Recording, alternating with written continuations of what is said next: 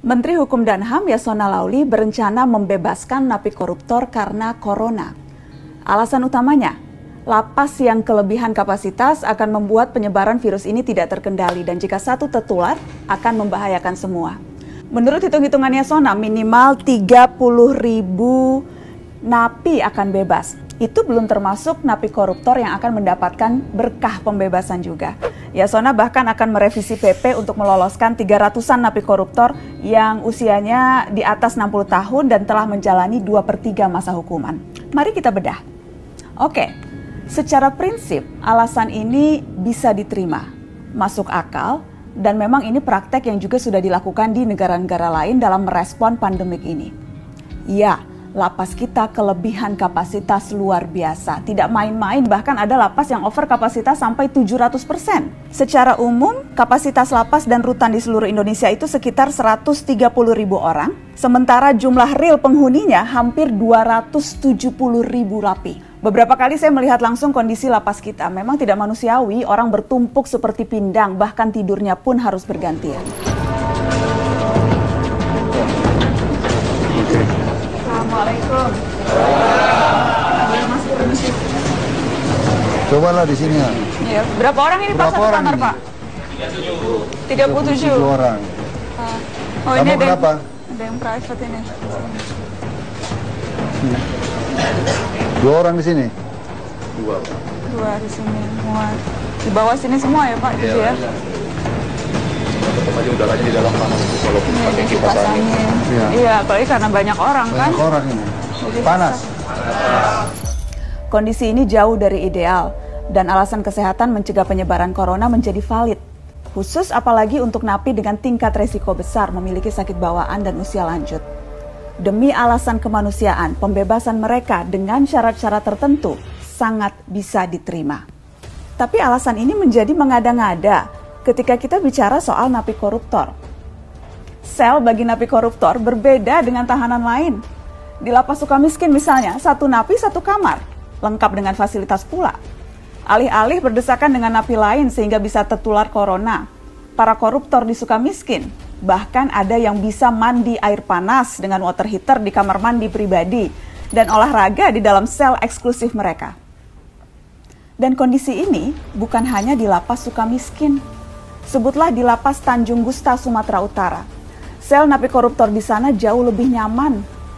Menteri Yasona sendiri yang mengakui kebijakan umumnya di seluruh Indonesia, sel napi koruptor dipisahkan dengan napi umum. Jadi rata-rata mereka mendapatkan tempat tidur masing-masing dan juga ruangan sel yang masih memadai dibandingkan dengan napi lain. Assalamualaikum. Kita buka sepatu ya. Halo Bapak. Habis ini nonton Itu soalnya ada TV di sini Pak ya? ya, tapi di luar Bu. Jadi bisa nonton. Di luar mana? Kita Pak, ujung-ujung kita nggak kasih. Oh. Untuk umum. Umum. Kalau di dalam nggak ada Pak. Oh, nggak boleh. Ini daftar namanya ya Pak? Iya. Ada berapa orang Pak? 19 di dalam sini. Iya. Bang, ayo. Penyelain ya terang. Ya. Paksa dibuat tingkat Paksa nih. dibuat ini, ya, karena tidak muat lagi. Jadi 4 di bawah, kemudian 4 di atas, 8, terus di atas ini lagi, di atas itu ya. 2 sudah. Oh, di atas ini 2, ini, sama itu. Tapi berarti 1 orang dapat 1 tempat tidur ya Pak? Karena tadi di sana 1 kamar bisa 40. Ya. 40 orang. Ruangannya mungkin agak besar. Agak besar. Iya, tapi nggak terlalu jauh juga lah mungkin. Besarnya.